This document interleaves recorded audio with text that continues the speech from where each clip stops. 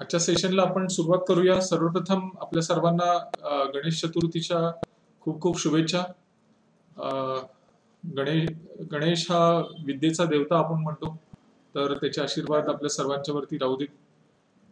आजच्या सेशनमध्ये आपण नेटवर्क मागच्या सेशनमध्ये आपण नेटवर्क वरती बोललो होतो. नेटवर्कमध्ये आपण लॅन वॅन या दोन्ही बद्दल चर्चा केली. लॅन मध्ये दोन प्रकार बघितले, एक वायर्ड लॅन, एक वायरलेस लॅन. आपल्या सगळ्यांचा मायक्रोफोन म्यूट करा.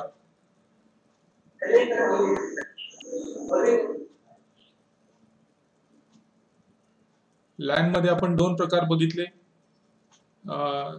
एक आहे वायर्ड लॅन, एक वायरलेस लॅन. तसंच वॅन मध्ये पण मी तुम्हाला सांगितलं की वॅन मध्ये सुद्धा दोन प्रकारे वाईड एरिया नेटवर्क आपण स्थापित करू शकतो, आणि त्यामधला फरक आपण समजून घेतला. तर लॅन एस्टॅब्लिश करण्यासाठी आपल्याला काय काय लागतं, तर डेस्कटॉप लागतो, त्यानंतर त्याच्यावरती नेटवर्क इंटरफेस कार्ड लागतं, त्यानंतर एक मीडियम लागतं जे आपण केबल वापरतो, कॅट 5 केबल, कॅट 6 केबल आपण असं त्याला म्हणतो, तर कॅट 6 केबल, आणि सर्वात महत्वाचं सर्व्हर. तर ह्या सगळ्या ज्या गोष्टी आहेत ह्याचा उपयोग करून आपण लोकल एरिया नेटवर्क बनवतो. आणि त्यातला एक सगळ्यात महत्वाचा कॉम्पोनंट आपण जो मागच्या वेळी बघितला, दॅट इज स्विच. स्विचच्या माध्यमातून हे सगळे कम्प्युटर्स जे आहेत ते एकमेकाला कनेक्ट होतात. तर लॅन मध्ये आपल्याला ह्या सगळ्या गोष्टी लागतात आपल्याला ज्यावेळी नेटवर्क बनवायचं असेल त्यावेळी. आणि आपण वायरलेस नेटवर्क जे म्हणतो, ते वायरलेस नेटवर्कसाठी आपल्याला काय लागतं, तर वायरलेस नेटवर्क कार्ड लागेल आपल्याला, डेस्कटॉप किंवा लॅपटॉप, त्यानंतर त्याच्यावरती वायरलेस सपोर्ट करणारं नेटवर्क कार्ड, आणि मीडियम तिथं काय, इकडं जसं वायर आहे तसं मीडियम त्या केसमध्ये एअर आहे. एअरच्या माध्यमातून हे सिग्नल ट्रान्सफर होत असतात. आणि त्याच्यामध्ये स्विच जे काम करतो आपलं वायर्ड कनेक्शन मध्ये, ते काम करतं डिव्हाइस, त्याला आपण म्हणतो ऍक्सेस पॉइंट. वायरलेस लाईन आपण ज्यावेळी एस्टॅब्लिश करतो त्याला आपण म्हणतो ऍक्सेस पॉइंट. तर ऍक्सेस पॉइंटच्या माध्यमातून हे सगळे डिव्हाइसेस एकमेकाला कनेक्ट होतात. आपल्यापैकी कोणी जर आपल्या घरी ब्रॉडबँड वापरत असेल तर आपल्याकडे राउटर असतो घरी, आणि राउटर आणि ऍक्सेस पॉइंट हे दोन्ही काम ते डिव्हाइस आपल्यासाठी करत असतं. तर तसा ऍक्सेस पॉइंट आपल्याला लागतो ज्यावेळी आपण वायरलेस लॅन एस्टॅब्लिश करतो त्यावेळी. तसंच वॅन, ज्यावेळी मी तुम्हाला समजावून सांगितलं की वॅन वाईड एरिया नेटवर्क, तर वाईड एरिया नेटवर्क एस्टॅब्लिश करत असताना आपल्याला काय काय लागतं, लॅनच्या व्यतिरिक्त काय लागतं. तुमच्यापैकी कोणीतरी मायक्रोफोन ऑन करा आणि सांगा. योगेश दरेकर, तुम्ही प्रेझेंटेशन मोड मध्ये गेलाय, फक्त जॉईन व्हा. आपण ज्यावेळी वाईड एरिया नेटवर्क बनवतो त्यावेळी वाईड एरिया नेटवर्क मध्ये आपल्याला एक्स्ट्रा काय लागतं, जे लॅन मध्ये, लॅनच्या व्यतिरिक्त आणखीन काय लागतं आपल्याला. आपण यावरती चर्चा केली ना. महाड बँकेच्या पण मला वाटते 50च्या वर शाखा आहेत, पुणे जिल्हा बँकेच्या 300 शाखा आहेत जवळजवळ. तर ह्या शाखा ज्यावेळी आपण एकमेकाला जोडतो त्यावेळी त्या वायरनं तर जोडणार नाही, तर या शाखा कशा जोडल्या जातात एकमेकाला, माध्यम काय असतं त्याच्यामध्ये.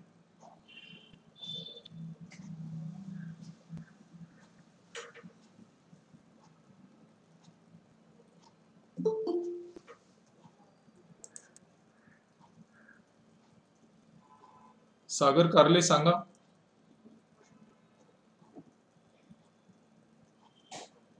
सागर कारले,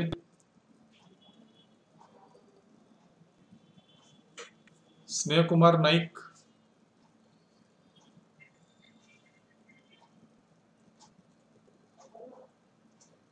धवलराज पवार, उपस्थित आहे का तुम्ही सगळेजण.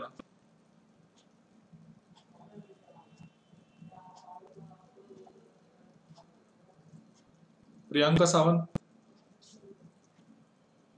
मायक्रोफोन सुरू करा आणि बोला. मॉडेम लागतं, बरोबर. अजून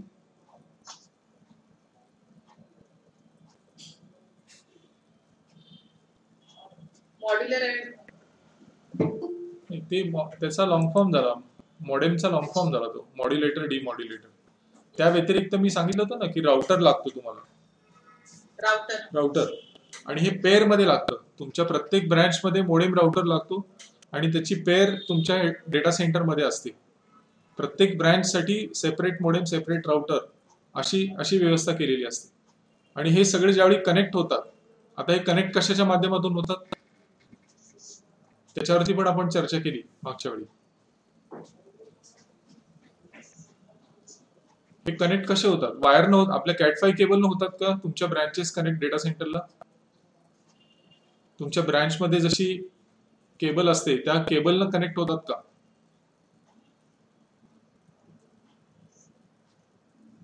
त्याचं उत्तर आहे नाही. तुम्ही तुमची branch to data centre connect करण्यासाठी लीज लाईन वापरता. ही टेलिफोन लाईन आहे, म्हणून आपल्याला मोडेम लागतो. मोडेम का लागतो हेही मी तुम्हाला सांगितलं की आपली टेलिफोन लाईन जी असते ती अॅनालॉग सिग्नल त्याला समजतो, म्हणजे साईन वेव्हचा जो सिग्नल असतो तो. वेरॅज कम्प्युटर जो असतो, कम्प्युटरला ती भाषा समजत नाही. कम्प्युटरला आपल्या फक्त 0 आणि 1 ची भाषा समजते. त्यामुळं कन्व्हर्शन करण्यासाठी डिजिटल टू अॅनालॉग आणि रिसिव्हिंग एंडला पुन्हा अॅनालॉग टू डिजिटल कन्व्हर्ट करण्यासाठी आपल्याला मोडेमची गरज भासते. मोडेम आणि राउटर या दोन गोष्टी आपल्याला वॅन सेटअप मध्ये लागतात. आणि तुम्ही ज्यावेळी अशा पद्धतीचं नेटवर्क बनवता, पुणे जिल्हा बँकेच्या 300 शाखा संपूर्ण पुणे डिस्ट्रिक्ट मध्ये पसरलेले आहेत. हे जे नेटवर्क बनतं, मोठं नेटवर्क, या नेटवर्कला म्हणतात वॅन, wide area network. Local area network काय असतं तर सीमित असतं, ते आपल्या प्रिमायसेस पुरतं, आपल्या ऑफिस पुरतं मर्यादित असतं. वेरॅज आपण आपलं ऑफिस आणि डेटा सेंटर ज्यावेळी कनेक्ट करतो त्यावेळी जे नेटवर्क बनतं आपलं, त्याला म्हणतात वाईड एरिया नेटवर्क. आता वाईड एरिया नेटवर्क हे तर ठीक झालं, पण लॅन असो किंवा वॅन असो, हे यामध्ये ज्यावेळी कम्प्युटर एकमेकाशी संवाद साधतात, हे कसं पॉसिबल होतं? कधी तुमच्यापैकी कोणी विचार केलाय का याच्यावरती? नेटवर्क मध्ये असलेले कम्प्युटर सर्व्हर बरोबर किंवा नेटवर्क मध्ये असलेले कम्प्युटर एकमेकाबरोबर संवाद कशाच्या माध्यमातून साधतात? काहीतरी त्याला रूल्स रेग्युलेशन असतील ना.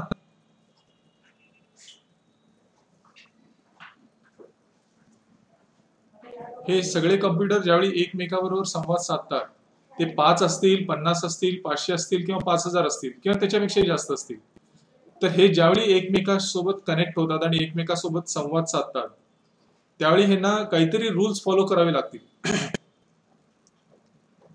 एक असं धरून चालू आपण की आता 14 जण या ऑनलाईन सेशन मध्ये उपस्थित आहेत असं दिसतंय मला समोर आकडातून. 14च्या 14 जण बोलायला लागली, काय होईल? 14च्या 14 जण बोलायला लागले तर काय होईल? आपल्याला कुणालाच काही समजणार नाही कोण काय बोलतोय, तर कम्युनिकेशन पॉसिबल होणार नाही त्याच्यामध्ये. म्हणून आपण काय करतो की आपण एक रूल बनवून घेतलेला आहे की मी ज्यावेळी तुम्हाला एक्सप्लेन करतोय त्यावेळी तुम्ही तुमचा मायक्रोफोन म्यूट ठेवताय आणि मी तुम्हाला प्रश्न विचारेन त्यावेळी मी बोलायचं थांबतो आणि तुमचा ऐकतो. हा एक रूल आपण फॉलो करतोय या ऑनलाईन कम्युनिकेशन मध्ये. तसंच ज्यावेळी नेटवर्कवरचे कम्प्युटर्स ज्यावेळी एकमेकाबरोबर संवाद साधतात त्यावेळी त्यांनाही एक रूल हा फॉलो करावा लागतो. आपण तर ह्युमन बिईंग आहोत, त्यामुळे आपल्याला एक स्वतःचा मेंदू आपल्याला देवाने दिलेला आहे. त्यामुळे आपल्याला कोणी सांगायला लागत नाही की समोरचा बोलत असताना तू बोलू नको, तू ऐकलं पाहिजे, तो बोलत असताना मी ऐकलं पाहिजे. हे आपल्याला बिल्ट इन, आपल्याला ते परमेश्वरांनी दिलेली देणगी आहे. पण कम्प्युटर हे इलेक्ट्रॉनिक मशीन आहे, कम्प्युटरला या गोष्टी समजणार नाही जोपर्यंत आपण कम्प्युटरला सांगणार नाही तोपर्यंत. तर कम्प्युटर कुठला रूल फॉलो करतो याच्यासाठी कुणाला काही कल्पना आहे का तुम्हाला? त्याला प्रोटोकॉल असं म्हणतात. प्रोटोकॉल म्हणजे set of rules and regulations. तुमच्यापैकी IT ची मंडळी सांगू शकतील याबद्दल. कम्प्युटरमध्ये ज्यावेळी कम्युनिकेशन होतं एकमेकासोबत त्यावेळी कुठला प्रोटोकॉल वापरला जातो, कुठले रूल्स वापरले जातात?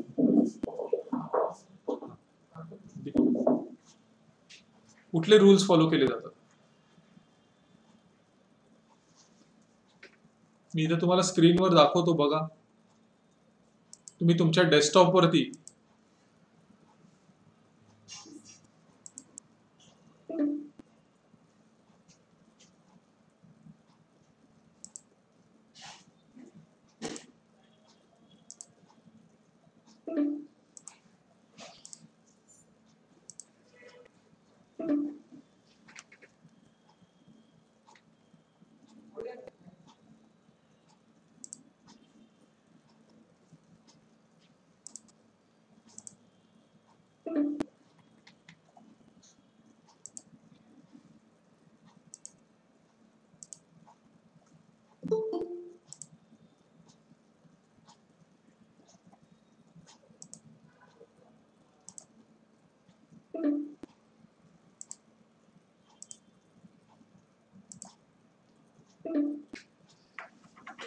हा स्क्रीन शेअर का होईना कळत नाही मला.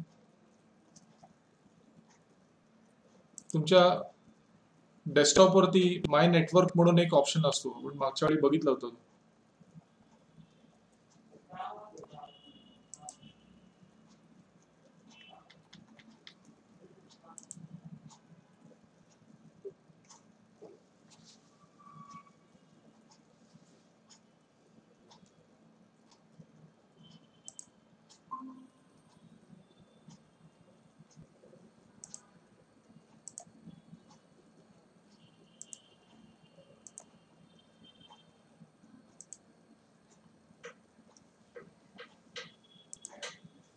इथे नेटवर्क ऑप्शन दिसतोय तुम्हाला सर्वांना. नेटवर्क वरती जर तुम्ही राईट क्लिक केलं आणि प्रॉपर्टीज मध्ये गेला,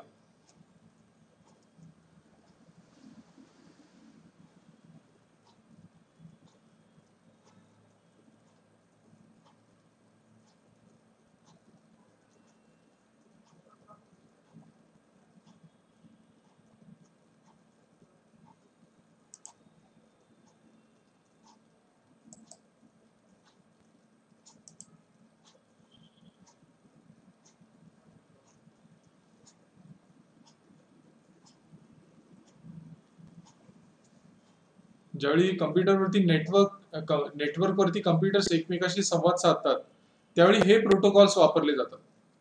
इथं बघा, हा एक प्रोटोकॉल दिसतोय तुम्हाला, इंटरनेट प्रोटोकॉल व्हर्जन 4. ह्याचं नाव आहे TCP/IP. TCP/IP प्रोटोकॉल म्हणतात त्याला. तर ज्यावेळी आपण आपले कम्प्युटर्स एकमेकाशी बोलत असतात त्यावेळी TCP/IP हा प्रोटोकॉल वापरला जातो. इथे चॅटबॉक्स मध्ये मी देतो, तो लिहून घ्या. TCP/IP याचा लॉंग फॉर्म आहे transmission control protocol oblique internet protocol.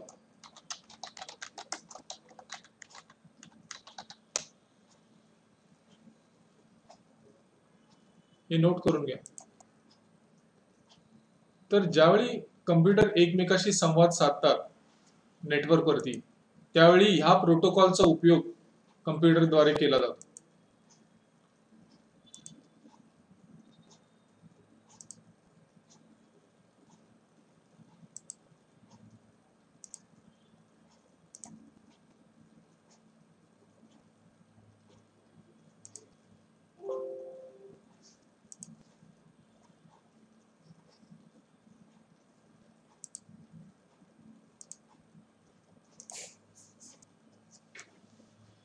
तर TCP/IP हा प्रोटोकॉल वापरला जातो.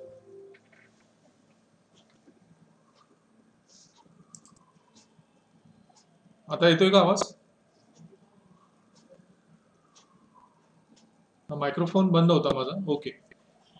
तर TCP/IP प्रोटोकॉल हा वापरला जातो लॅन वरती आणि वॅन वरती सुद्धा TCP/IP प्रोटोकॉल वापरला जातो. आता आपण थोडस इंटरनेट बद्दल बोलूया. इंटरनेट म्हणजे काय? इंटरनेट आपण सगळेजण वापरतोय, कित्येक वर्ष आपण इंटरनेटची फॅसिलिटी वापरतोय. तर इंटरनेट म्हणजे काय? What is internet? कोणाला सांगता येईल का तुमच्यापैकी?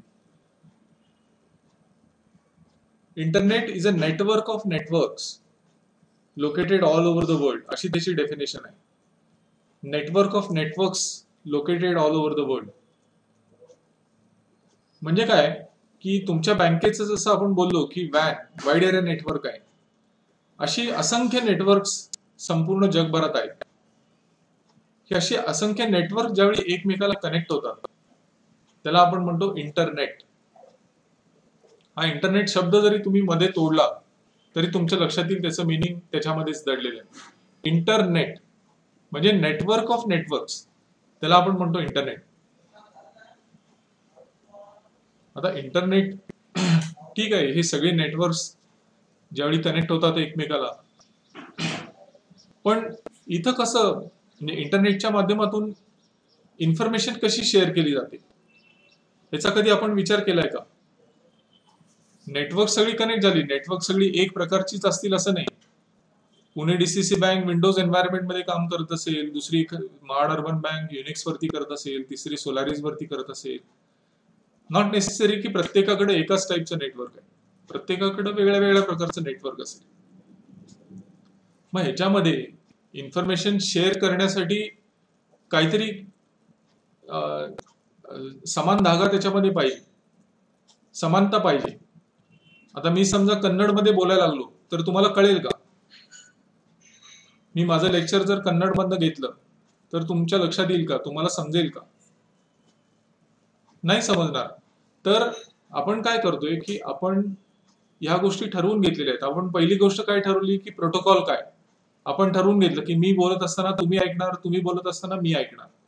हा पहिला प्रोटोकॉल आपण ठरवून घेतला, म्हणजे हा रूल ठरवून घेतला. दुसरी महत्वाची गोष्ट ज्यावेळी आपण इंटरनेट बद्दल बोलतो त्याच्यामध्ये की दोघांच्या मध्ये लँग्वेज कॉमन पाहिजे. मी समजा कन्नडमध्ये बोललो आणि तुम्ही तमिळमधनं उत्तर दिलं तर मला काय कळेल? काहीच कळणार नाही. त्यामुळे आपण आता भाषा जी आहे ती कॉमन भाषा वापरतोय की जी मला बोलता येते आणि तुम्हाला समजते.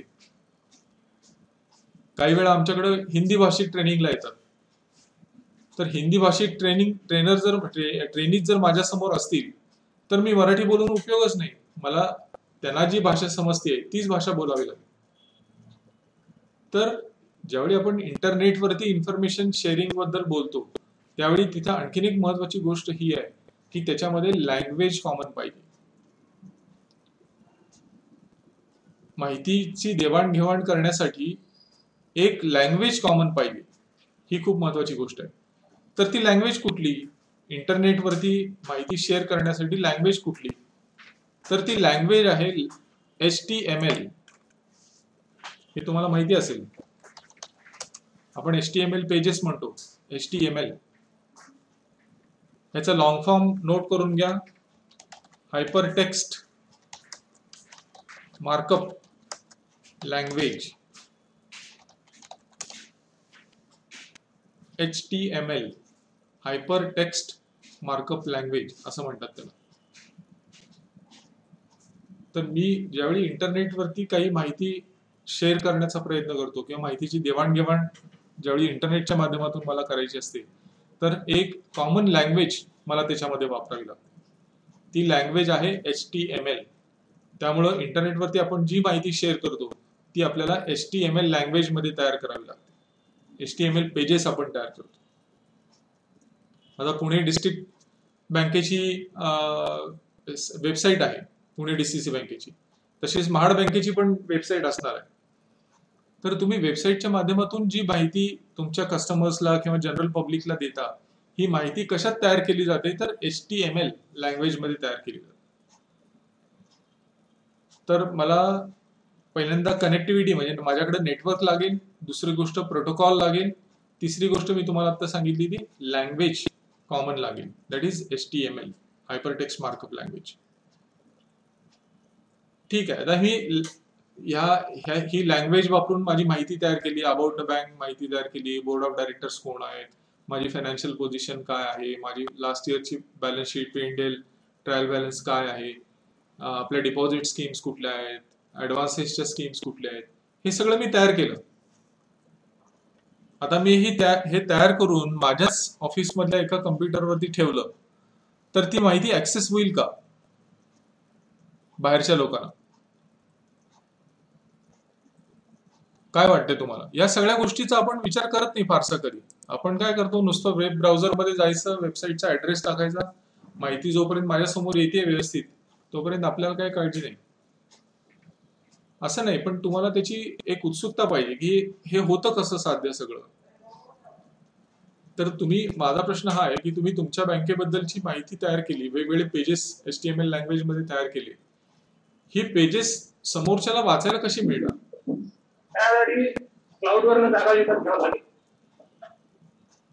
नाही, तुम्ही क्लाउड, सांगतो तुम्हाला मी, क्लाउड हा पुन्हा वेगळा कन्सेप्ट झाला. तर तुमचा आवाज नाही नीट येत आहे मला.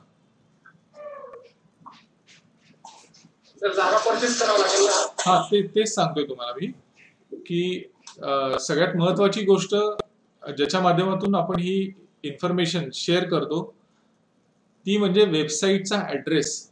आपली एक ओळख पाहिजे थोडक्यात, युनिव्हर्सली, म्हणजे संपूर्ण जगामध्ये एक युनिक आपल्याला आयडेंटिटी पाहिजे की ज्याच्या माध्यमातून आपण आपली वेबसाईट तयार करू शकतो. आता पुणे DCC बँकेची वेबसाईट काय आहे सांगा बरं? वेबसाईटचा ऍड्रेस काय? पुणे DCC बँकेचा वेबसाईट ऍड्रेस काय? www.pdccbank.com. pdccbank.com. एक मिनिट.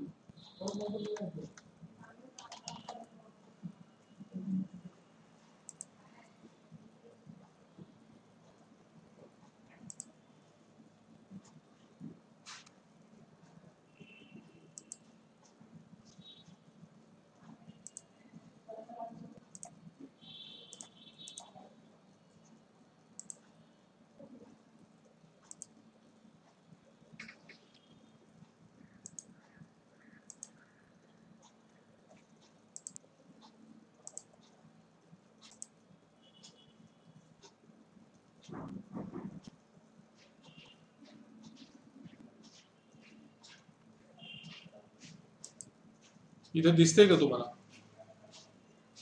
pdccbank.com हे जे आहे ह्याला म्हणतो की PDCC बँकेची unique identity on internet.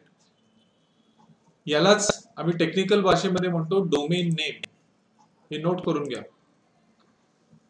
pdccbank.com ह्याला काय म्हणतात तर डोमेन नेम असं म्हणतात त्याला. म्हणजे थोडक्यात ही तुमची युनिक आयडेंटिटी आहे. आपल्या प्रत्येक व्यक्तीला आपली एक युनिक आयडेंटिटी आहे. कुणाला सांगता येईल का काय? आपल्याला प्रत्येक व्यक्तीला एक युनिक आयडेंटिटी आहे. कुणाला सांगता येईल का? आधार नंबर. बरोबर. आधार रजिस्टर की आपण सर्वांनी आपले बोटाचे 10 ठसे दिलेले आहेत. आठवतंय का तुम्हाला? आधार रजिस्टर करताना तुम्ही बोटाचे ठसे दिलेले आहेत. त्याचप्रमाणे आपल्या डोळ्याचं स्कॅनिंग केलं जातं त्यावेळी. त्याला म्हणतो आपण आय रेटिना. आपल्याला परमेश्वरानं 3 युनिक आयडेंटिटी दिलेले आहेत. त्यातली पहिली आहे आपले थंब इम्प्रेशन्स, जे आपण आधार रजिस्टर करताना दिलेले आहेत. दुसरं आहे आपलं रेटिना, आय रेटिना म्हणतो आपण त्याला. हे पण प्रत्येक व्यक्तीचं युनिक असतं. आणि तिसरी युनिक आयडेंटिटी आपल्याकडे जी आहे ती आपला DNA. तर ह्या 3 गोष्टी आपल्यासाठी युनिक आहेत. तसं PDCC बँकेची युनिक आयडेंटिटी इंटरनेटवरती काय तर pdccbank.com ही पुणे डिस्ट्रिक्ट सेंट्रल कोऑपरेटिव्ह बँकेची युनिक आयडेंटिटी आहे. जगभरात तुम्हाला कुठेही दुसरी वेबसाईट मिळणार नाही ह्या नावाने, pdccbank.com या नावाने. हा त्यातला इंटरेस्टिंग पार्ट आहे. हे pdccbank.com हे जे दिलेलं आहे हे तुम्हाला संपूर्ण दुनियेत pdccbank.com नावाने दुसरी कुठलीही वेबसाईट मिळणार नाही. होऊ शकत नाही तशी वेबसाईट. तुम्हाला pdccbank.org दिसेल किंवा pdccbank.in दिसेल, pdccbank.co.in दिसेल. हे काय आहे कुणाला माहिती आहे का तुम्हाला? आता तुम्ही तुमची पीडीसीसी बँकेची साईट रजिस्टर केली आहे pdccbank.com, हा तुमचा डोमेन आहे. आता बऱ्याच वेळा तुम्ही बघितलं असेल की बऱ्याचशा वेबसाईटच्या पुढे co.in असतं, काही काही ठिकाणी .in असतं. गव्हर्नमेंटच्या वेबसाईट असतात तिथे gov.in असतं. बऱ्याचशा आता तुमची जशी वेबसाईट अशी .com असतं .com. आमची वेबसाईट आहे icmpune.org. ह्याचं मिनिंग काय आहे कुणाला सांगता येईल का? मिनिंग आहे का पहिल्यांदा त्याला? हे शेवटचे जे 3 कॅरेक्टर्स असतात .com .org, ह्याचं मिनिंग काय माहिती आहे का तुम्हाला? मायक्रोफोन ऑन करा आणि सांगा.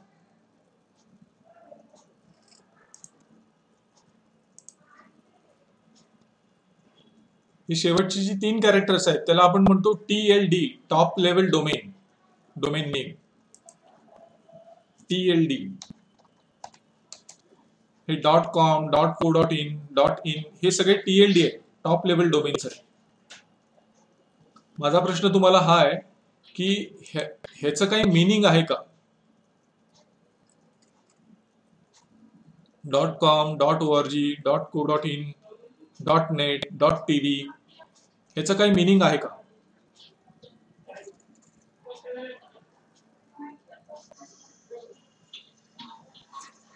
तर त्याचं उत्तर आहे येस. त्याला प्रत्येकाला मिनिंग आहे. त्या प्रत्येकाचं मिनिंग वेगळं वेगळं आहे. .com म्हणजे काय? Commercial organisation, profit making organisation. .com stands for commercial organisation. असतं that is company in India. .in चा अर्थ आहे इंडिया, म्हणजे भारतातली ती कंपनी आहे किंवा संस्था आहे असा त्याचा अर्थ होतो. .org चा अर्थ आहे ऑर्गनायझेशन. RBI ची साईट काय आहे कुणाला सांगता येईल? तुम्ही सगळे बँकर्स आहात. राहुल चव्हाण, तुमचा मायक्रोफोन म्यूट करा. राहुल चव्हाण.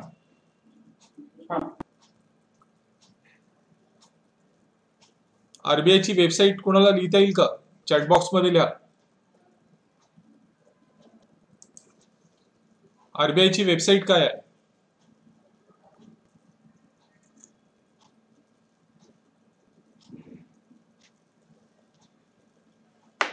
RBI ची वेबसाईट आहे rbi.org.in. म्हणजे काय की RBI, रिझर्व्ह बँक ऑफ इंडियाचा डोमेन आहे तो rbi.org.in. ORG stands for organisation, in stands for India. org.in. आता बरेचसे टीव्ही चॅनल जे आहेत आपले, ते टीव्ही चॅनलचा डोमेन नेम कसा असतो? z.tv किंवा sony.tv. तसंच आपल्या सहकार क्षेत्रासाठी वेगळा टॉप लेवल डोमेन अवेलेबल आहे. कुणाला माहिती आहे का? आपल्या कुठल्याही सहकारी संस्थेची वेबसाईट जर बनवायची असेल तर आपण त्या डोमेनचा उपयोग करू शकतो. आपल्यासाठी एक्सक्लुझिव्ह डोमेन अवेलेबल आहे. त्या डोमेनचं नाव आहे COOP.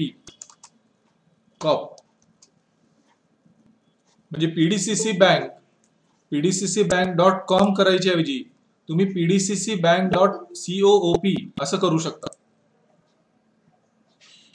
कारण आपल्याला एक वेगळी आयडेंटिटी इंटरनेट वर्ल्ड मध्ये मिळालेली आहे. टॉप लेवल डोमेन आपल्याला मिळालेला आहे. म्हणजे काय? .com हा एक्सक्लुझिव्ह डोमेन आपल्यासाठी आहे. आणि ह्याच्यावरनं काय होतं की आपल्याला एक आयडेंटिटी मिळते वेगळी, की आपण कोऑपरेटिव्ह टाईपचं ऑर्गनायझेशन आहोत. त्यामुळं शक्यतो आपण आपली वेबसाईट रजिस्टर करताना विशेष करून सहकारी संस्थांनी काय केलं पाहिजे तर .coop हा डोमेन आपण वापरला पाहिजे. .com. तर मी आता तुम्हाला 3 गोष्टी सांगितल्या की आपली लँग्वेज कॉमन पाहिजे, प्रोटोकॉल पाहिजे त्याच्यामध्ये, आणि माझी वेबसाईटची माहिती शेअर करण्यासाठी माझ्याकडे माझी युनिक आयडेंटिटी पाहिजे, ऍड्रेस पाहिजे. तर .com pdccbank.com. ओके. आता हा डोमेन घेतला मी, फक्त त्याच्या डोमेन घेतल्यावर माझी वेबसाईट मला अपलोड करता येईल का? फक्त डोमेन घेऊन माझी इन्फॉर्मेशन मला अपलोड करता येईल का?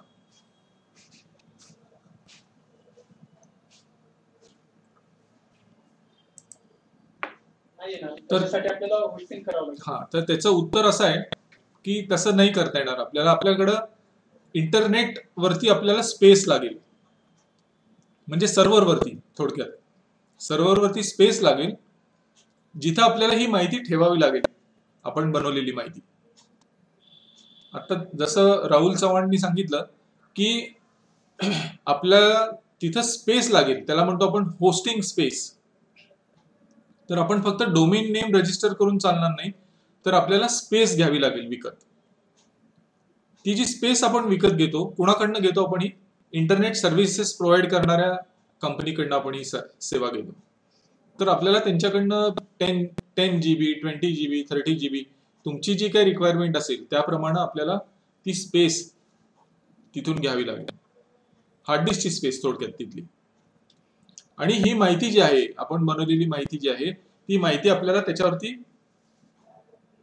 कॉपी करावी लागेल. तर ही कॉपी करण्याची जी प्रोसेस आहे, या प्रोसेसला आपण म्हणतो होस्टिंग. आज बरेच नवीन नवीन शब्द मी वापरतोय, हे माहिती नसतील तर तुम्ही त्याची नोंद करून घ्या तुमच्याकडं. मी बनवलेले सगळे HTML पेजेस, माझी माहिती, माझ्या संस्थेबद्दलची माहिती मला उचलून माझ्या मशीनवरनं, माझ्या डेस्कटॉपवरनं, PC वरनं मला त्या सर्व्हरवरती पोस्ट करावी लागेल, पाठवावी लागेल. म्हणजेच काय करतो मी? होस्टिंग करतो त्या वेबसाईटचं. That is called as hosting. येते का इथपर्यंत? गोष्टी लक्षात आल्या का तुमच्या सर्वांच्या? आता अशी लाखो करोडो संस्थांनी त्यांची माहिती इंटरनेटवरती ठेवलेली आहे वेबसाईटच्या माध्यमातून. मग ही माहिती ऍक्सेस करायची कशी? आतापर्यंत मी तुम्हाला इंटरनेटचा कन्सेप्ट सांगितला की इंटरनेट म्हणजे काय, ही माहिती कशी ठेवली जाते वेबसाईटवरती. आता ही माहिती मला ऍक्सेस करावी लागेल. एक पब्लिक पर्सन म्हणून, मी तुमचा कस्टमरही असू शकतो, तुमचा मेंबरही असू शकतो, किंवा कॉमन सिटीजन असू शकतो. मला तुमच्या संस्थेबद्दलची माहिती जर ऍक्सेस करायची असेल तर त्याच्यासाठी मला काय लागेल? तर त्याच्यासाठी मला ब्राउझर लागेल. ब्राउझर हे एक सॉफ्टवेअर आहे. ब्राउझर एक सॉफ्टवेअर आहे जे आपल्याला इंटरनेटवरची माहिती वाचण्यासाठी मदत करतं. तर त्या सॉफ्टवेअरला म्हणतात ब्राउझर. सगळ्यात मोस्ट पॉप्युलर ब्राउझर आतापर्यंत आपण जो वापरत आलो, आता आउटडेटेड म्हणण्यापेक्षा त्याचं लाईफ संपलं आता. त्या ब्राउझरचं नाव इंटरनेट एक्सप्लोरर. नेटस्केप नेव्हिगेटर, हे सगळे ब्राउझर्स आपण पूर्वीपासून वापरत आलो. तर इंटरनेट एक्सप्लोरर हा काय आहे? तर ब्राउझर आहे. एक सॉफ्टवेअर आहे जे सॉफ्टवेअर वापरून आपण वेगवेगळ्या साइट्सला ऍक्सेस करू शकतो. आता इथं जर तुम्ही बघितलं, हा कुठला ब्राउझर आहे? तुम्हाला इथं लक्षात येईल, फायरफॉक्स नावाचा ब्राउझर आहे. ब्राउझरची इतर नावं कुठली सांगता येतील का तुम्हाला ब्राउझर सॉफ्टवेअरची?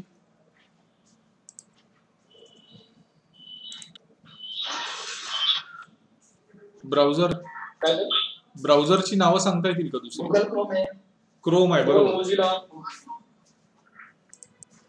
मोझिला आहे, क्रोम आहे. मायक्रोसॉफ्टने आता इंटरनेट एक्सप्लोररच्या ऐवजी एज नावाचं ब्राउझर काढलंय.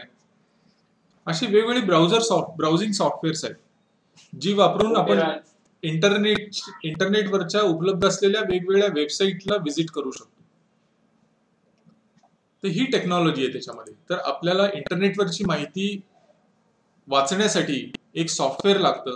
त्या सॉफ्टवेअरला आपण म्हणतो ब्राउझर.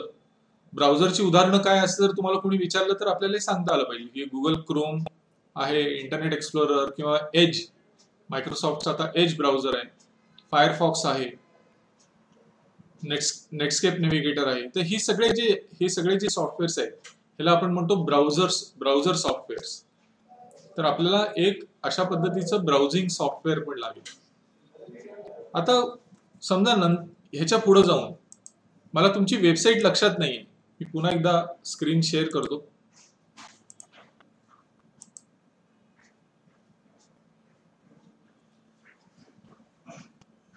मी इथं गेलो, तुम्ही सगळेजण गुगल वापरता बघा, google.co.in. आणि मी इथं फक्त सर्च करणार PDCCB, लगेच मला तिथं खाली वेबसाईट दिसते तुमची. मी ते सर्च केलं आणि मला तुमची वेबसाईट मिळाली. ही काय आहे तर ही पण एक काइंड ऑफ वेबसाईटच आहे आपल्यासाठी. पण ही वेबसाईट जी आहे ही थोडीशी स्पेशलाइज्ड वेबसाईट आहे. म्हणजे काय की ही जी वेबसाईट आहे ह्याला आपण म्हणतो सर्च इंजिन. या वेबसाईटला म्हणतात सर्च इंजिन.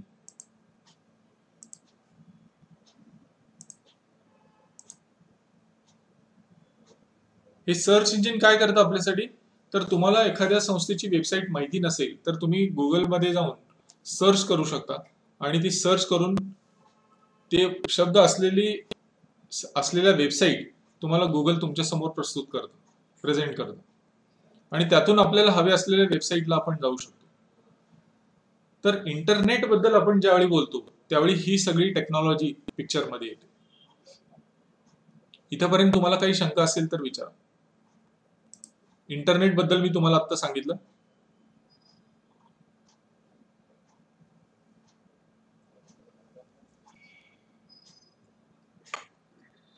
इंटरनेट बद्दल काही शंका आहे का, काही प्रश्न आहे का कुणाला?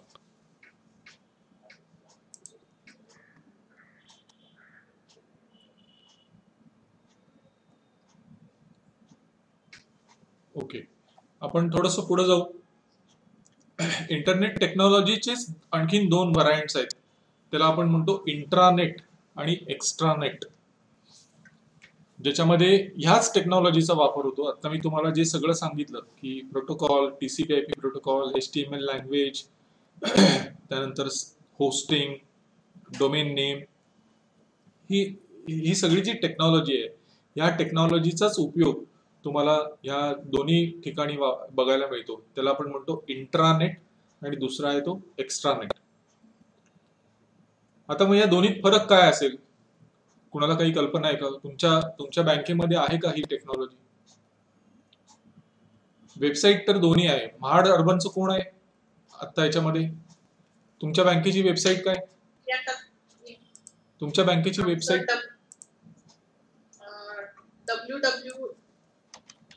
www.asbankmahad.com. www asbankmahad.com. हा, asbankmahad.com. हे बघा.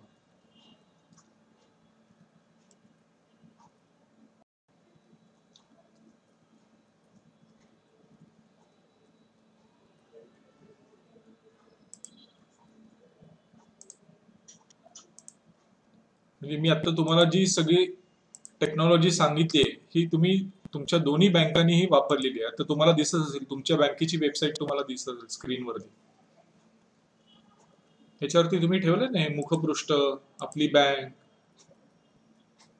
मध्ये गेल्यावर तुम्हाला अजून त्यातली काही माहिती मिळेल. तुमचे बोर्ड ऑफ डायरेक्टर्स कोण आहे, तुमच्या बँकेबद्दलची बेसिक माहिती, तुमच्या डिपॉझिट स्कीम्स काय आहेत, कर्ज योजना काय आहे, ठेव योजना काय आहे, ही सगळी माहिती तुम्ही तुमच्या वेबसाईटच्या माध्यमातून बाकीच्या लोकांना देत आहे. तुमचा डोमेन नेम काय सांगा बरं आता इथनं. मी आता तुम्हाला सगळं सांगितलं. हा तुमचा डोमेन आहे, asbankmahad.com हा तुमचा डोमेन आहे. ओके, तुम्ही दोन्ही बँकांनी .coop वापरलं नाहीये. तुम्ही वापरू शकता. .coop हा तुमच्या वेबसाईटच्या डोमेनसाठी तुम्ही त्याचा वापर करू शकता. ओके, आता माझा पुढचा प्रश्न हा आहे की वेबसाईट तर तुम्ही बनवली आहे, तुमच्याकडे इंट्रानेट वापरता का? तुम्ही इंट्रानेट टेक्नॉलॉजी तुम्ही वापरता का?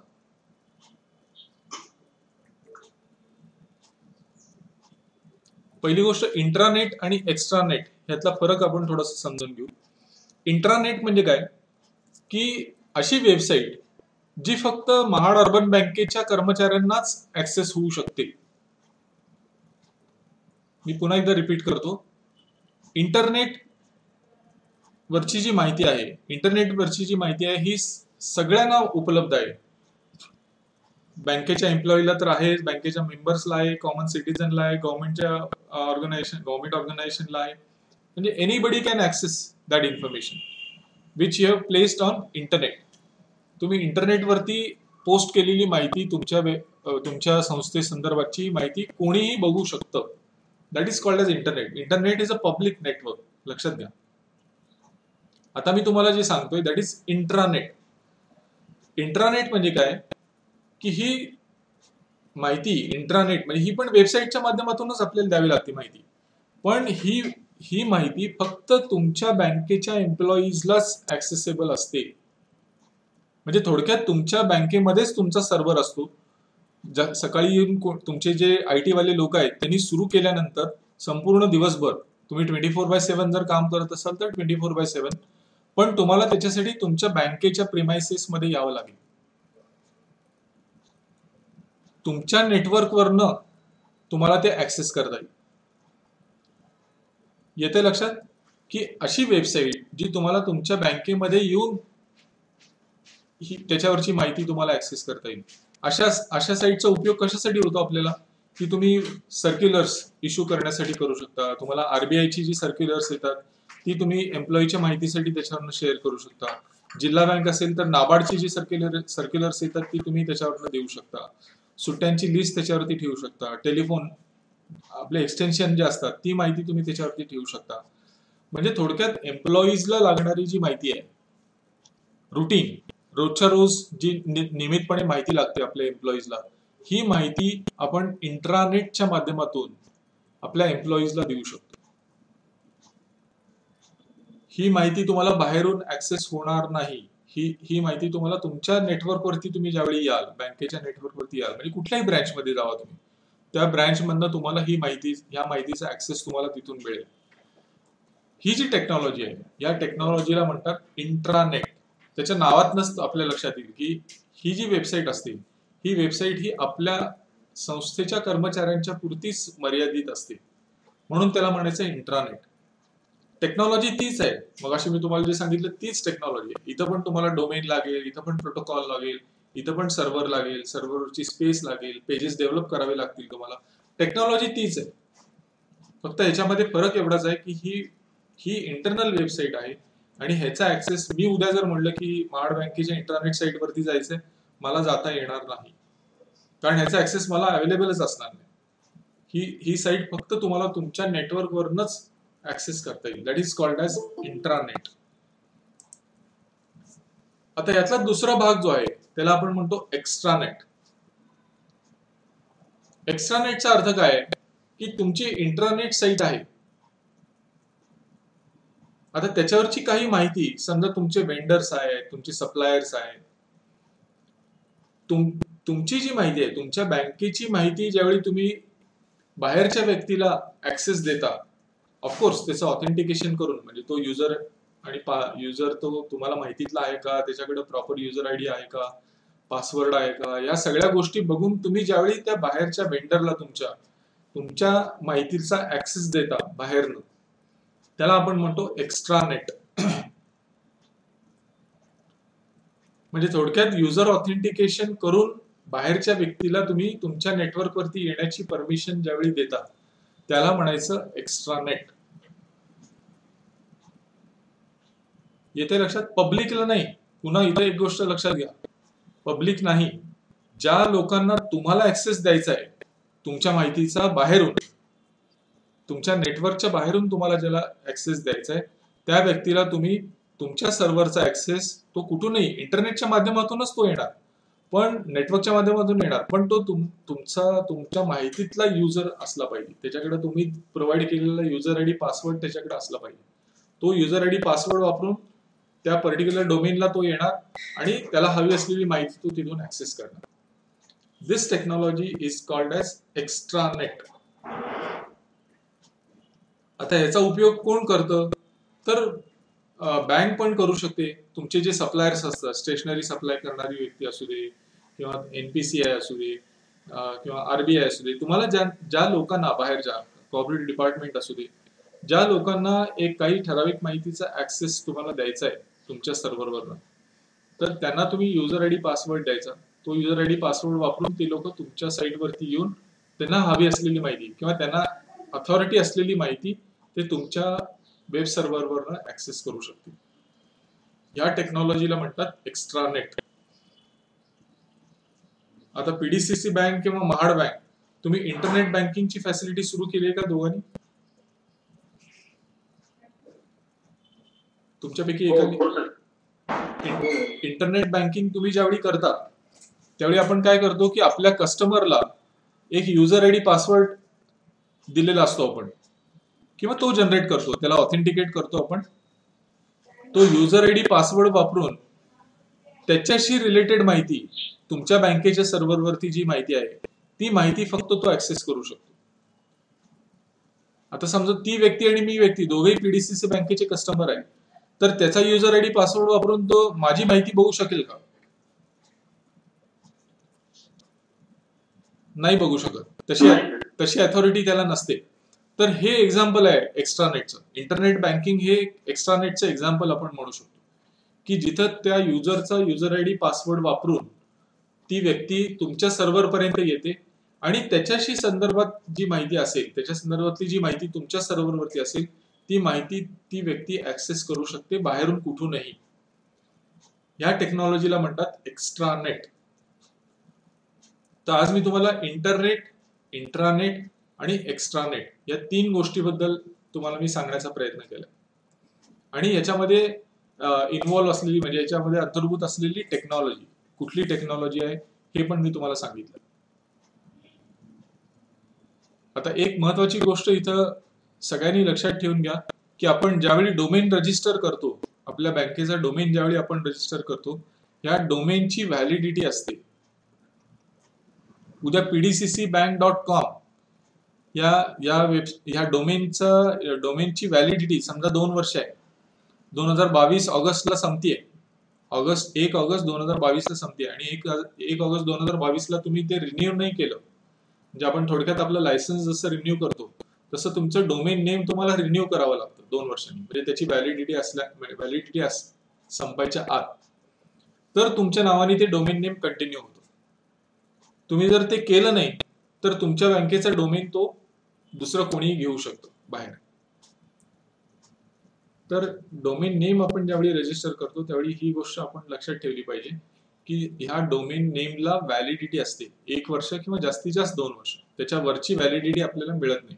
2 वर्षानंतर तुम्हाला 2 वर्षाच्या आत, म्हणजे 2 वर्षासाठी तुम्ही जर घेतला असेल डोमेन, तर 2 वर्षाच्या आत तुम्हाला तो डोमेन नेम रिन्यू करावा लागतो.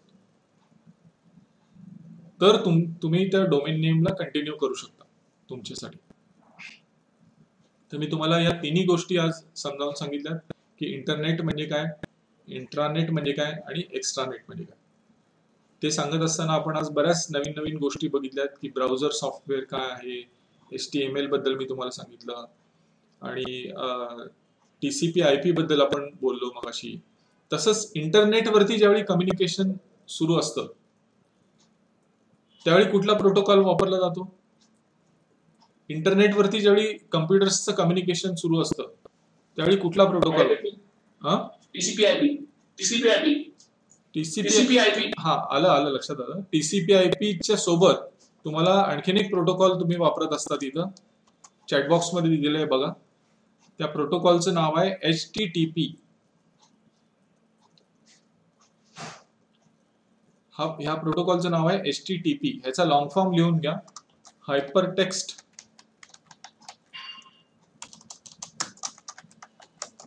Transmission protocol.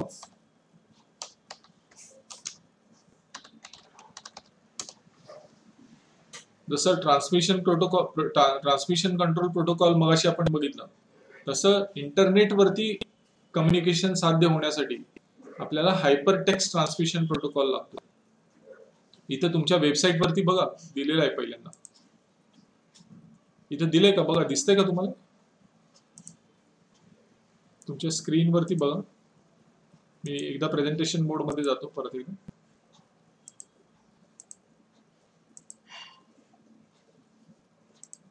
इथं दिसतोय बघा तुम्हाला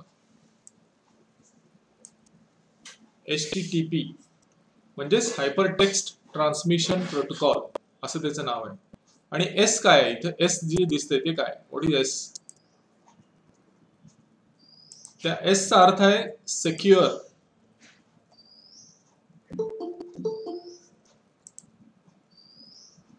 HTTPS बँकेच्या कुठल्याही बँकेची वेबसाईट ही HTTPS असली पाहिजे, तर आपल्या दृष्टीनं सेक्युअर साईट ती मानली जाते.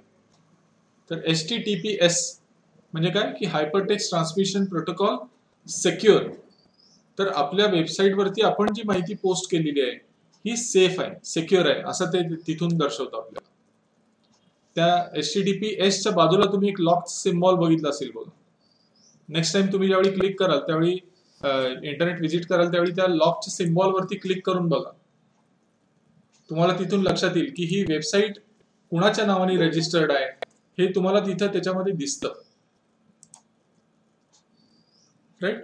तर मी तुम्हाला इंटरनेट, इंट्रानेट आणि एक्स्ट्रानेट या 3 गोष्टीबद्दल मी तुम्हाला आता एक्सप्लेन करायचा प्रयत्न केला. तुमचे काय प्रश्न असतील तर 5 मिनिटात विचारायला हरकत नाही. आता मी हे तुम्हाला जे सांगितलं त्याच्या संदर्भातला काही जर प्रश्न असेल कुणाला तर विचारा.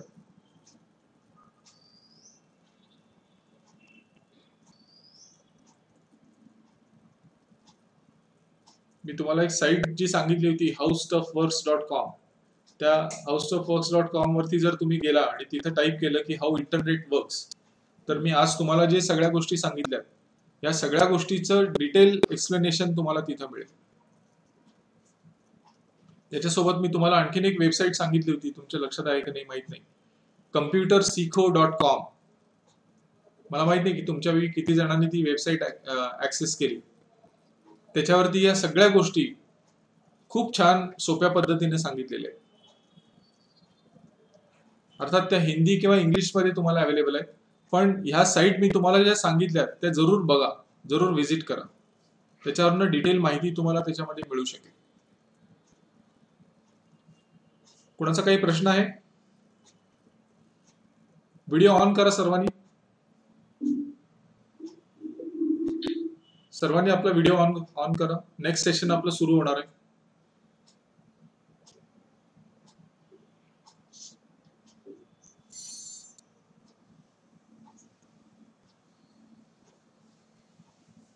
सगळ्यांचे व्हिडिओ ऑन होत नाहीये.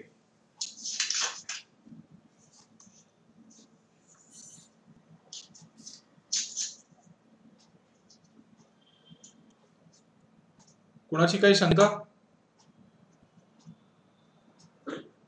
No sir. ठीक आहे. मॅडम जॉईन झाल्यात, Bhagwati madam. Madam over to you. Yes, sir. Thank Thank you. you, sir. Thank you very much. Good afternoon. कुछ गुड लोगों आफ्टरनून का मैडम. कुछ लोगों का चेहरा नहीं दिख रहा है. नाम कीजिए आप. निकी, तुषार, स्नेहल कुमार नायक,